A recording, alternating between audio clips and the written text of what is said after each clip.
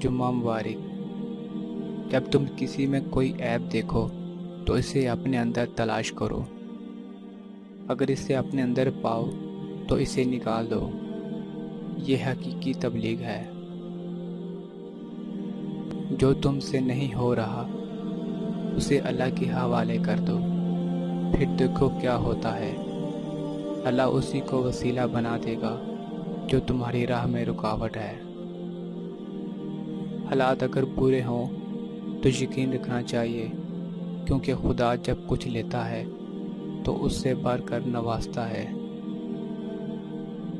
جب اللہ کسی سے ناراض ہوتا ہے تو اسے اپنے سے غافل کر کے کسی ایسی چیز کے طلب میں لگا دیتا ہے جو اس کی قسمت میں نہیں ہوتی۔ خود کو اللہ کے حوالے سونپ دو، پھر چمکتی ہوئی تقدیر دیکھو، بے شک وہ ہر چیز پر قادر ہے۔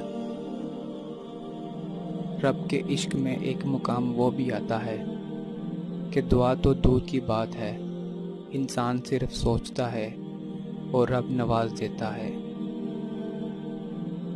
عزت صرف وہ خدا دیتا ہے، کسی کے برا چاہنے سے کوئی فرق نہیں پڑتا۔ آج کا یہ دن آپ کے لیے برکت و عافیت والا ہو۔ خوش رہیں، ہمیشہ ہنستے مسکراتے رہیں۔ اللہ ہر دکھ دور فرمائے اور بے انتہا خوشیاں دے۔ آمین۔